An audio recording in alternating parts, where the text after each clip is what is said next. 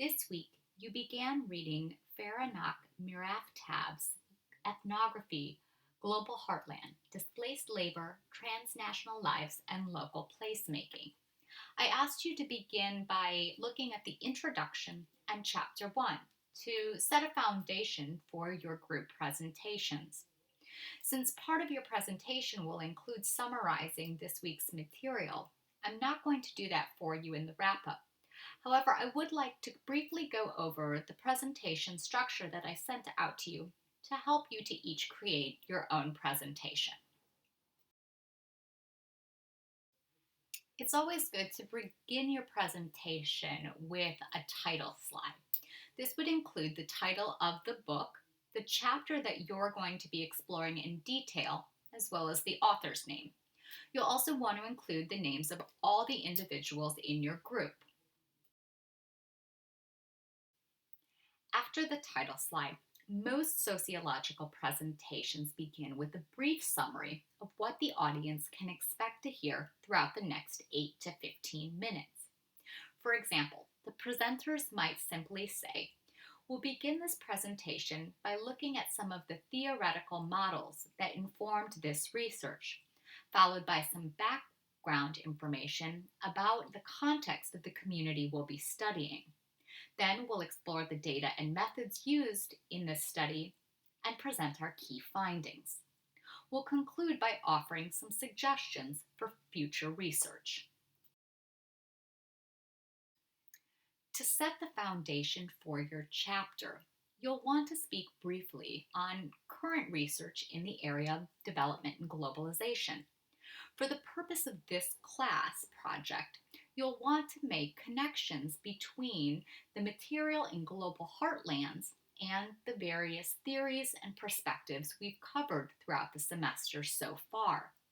For example, you might find connections between the material in the text and various theories of neoliberalism, modernization, immigration, or even the 3H scenarios. The key here is to make connections between the text that you read for the presentation and the course generally speaking. Next, you want to put forward the key contribution of this work. It might be related to the key research question that the author's trying to address. This very broadly states what this work does, what it adds to our understanding of development and globalization, and why it's important.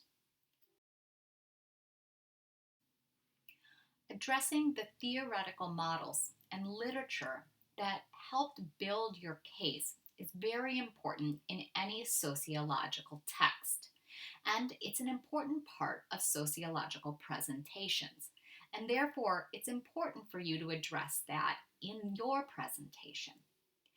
In this particular text, the author does outline the theory and literature that's informed her research, and you can find that on page 14 of the introduction.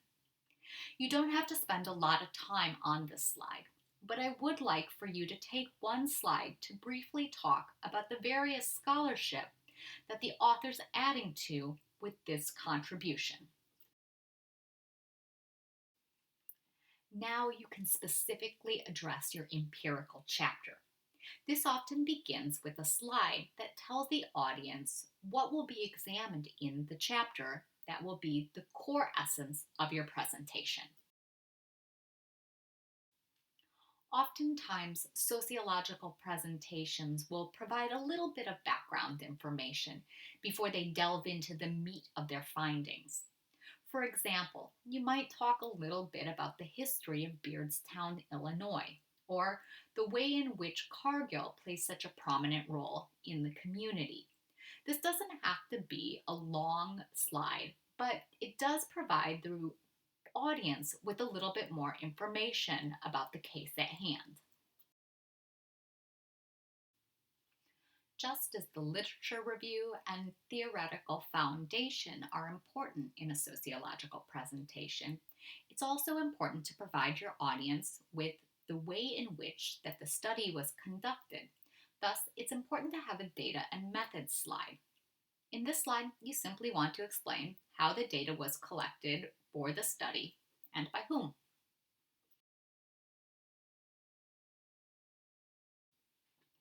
Your key findings are the most important part of your presentation. Here, you want to provide the audience with the central themes of the chapter. You could support each of these points with a quote or an example from the actual text, or you could consider even adding an image to this slide.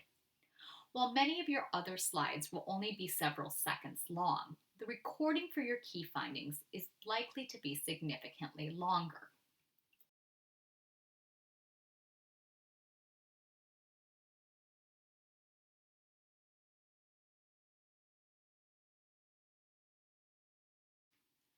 Now that you've presented your key findings, you might look for one or two important themes that relate to your findings as a whole.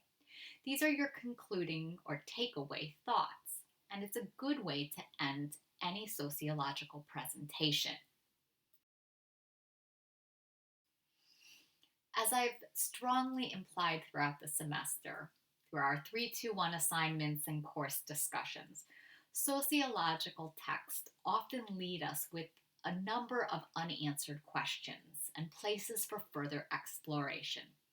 After you present your key findings and conclusions, it's always nice to address these questions and frame them as directions for future research. Here you might consider questions that weren't answered in the chapter that you would like to know more about. Citations are important in any academic discipline, and sociological presentations often have a reference slide.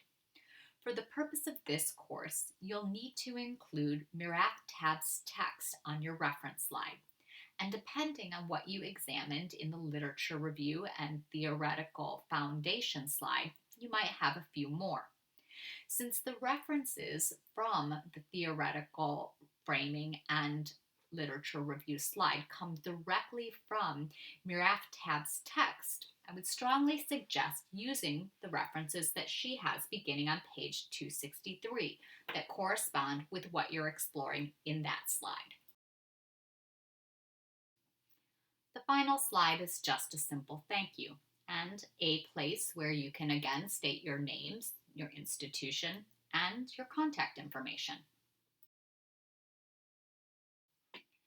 This week's discussion has been strategically designed to get you to begin thinking about putting together your group presentation. And so for your final thoughts this week, I want you to continue to move in that direction. Now that we've gone through the presentation template together, use your discussion this week to think about how you'll organize your ideas into a final presentation. Take 2 to 3 ideas from this week's discussion with your group and explain where they would fit in a presentation structure. In other words, what slide would they be most appropriate for? How can you translate your ideas into a final polished product?